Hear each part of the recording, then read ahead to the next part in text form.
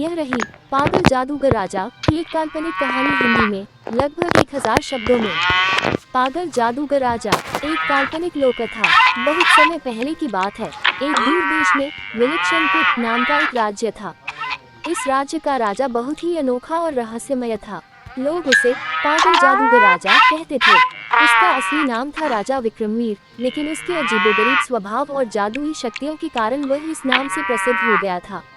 राजा विक्रमवीर बचपन से ही बुद्धिमान और जिज्ञासु था। वह साधारण राजकुमारों की तरह तलवारबाजी और राजनीति नहीं, बल्कि तारे, मंत्र, औषधियों और जादू टोने में रुचि रखता था। जब वह छोटा था, तब एक रहस्यमयी बाबा उसके राज्य में आया और उसे गुप्त जादू की विद्या सिखा गया। राजा ने अपने महल में एक गुप्त कक्ष बनवाया, जहां वह नित्य नए प्रयोग करता रहता था। धीरे धीरे उसके जादू ने असर दिखाना शुरू कर दिया। वह बारिश रोक सकता था, हवा से बात कर सकता था और पेड़ों से फल गिरा सकता था बिना छुए। लेकिन इन सबके साथ उसकी आदतें भी अजीब होती गईं। वो कभी आधी रात को जनता को इकट्ठा करके आसमान में उल्टे हाथी दिखाता, तो कभी पूरे महल को एक दिन के लिए गायब कर देता। लोग डरने लगे थे, परंतु राजा दिल का साफ था और कभी किसी को नुकसान नहीं पहुंचाता था। एक दिन राजा ने ऐलान किया कि वह अपनी बेटी राजकुमारी अन्वी का विवाह केवल उसी युवक से करेगा जो 3 असंभव कार्य कर सकेगा। चांद की छाया को बोतल में बंद करना, समुद्र की आवाज को कैद करना और एक ऐसा फूल लाना जो बोल सकता हो। यह सुनकर सारे राज्य में हलचल मच गई। अनेक राजकुमार और वीर युवक आए, परंतु कोई भी कार्य पूरा नहीं कर सका।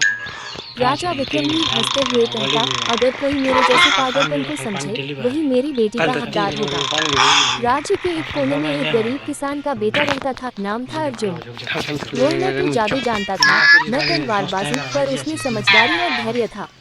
वो राजकुमारी की बुद्धिमानी और सौंदर्य से प्रभावित था और राजा की चुनौती स्वीकार करना चाहता था। अर्जुन ने सबसे पहले चांद की छाया को पकड़ने की सोची। वो एक शांत झील के किनारे गया और वहां चांद की छाया को पानी में देखकर एक शीशे की बोतल में झील का पानी भर लिया। जब उसने राजा को दिखाया, तो बोला, राजन, यह चांद की छाया नहीं, पर उसकी याद है। आप जब इस बोतल को देखेंगे, चांद की छाया आपको दिखेगी। राजा मुस्कुराया, बुद्धिमत्ता की झलक है इसमें। फिर अर्जुन समुद्र की आवाज पकड़ने गया।